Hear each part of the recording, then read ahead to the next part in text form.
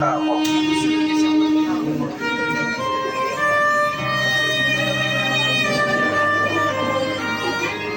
Bakit niya bininis yung mga tao? 44 yun eh. Tatlo pa lang yung sinasabi ko eh.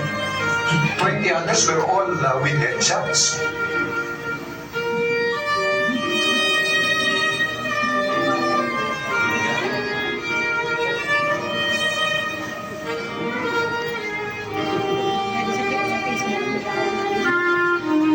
Ito pong mga tao, ito ay simpleng mga tao lang ito eh.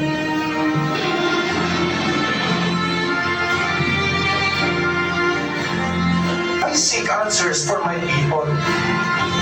So that when I die and when my time comes, that I have to face them. At least I can say something.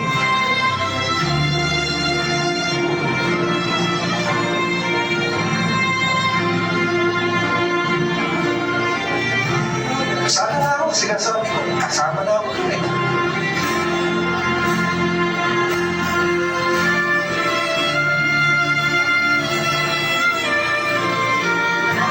Pero po, inuulit po namin, kami sa Philippine National Police, we are all for peace. Sagutin niyo lang po ako so that when we face each other all in heaven, I can tell them what happened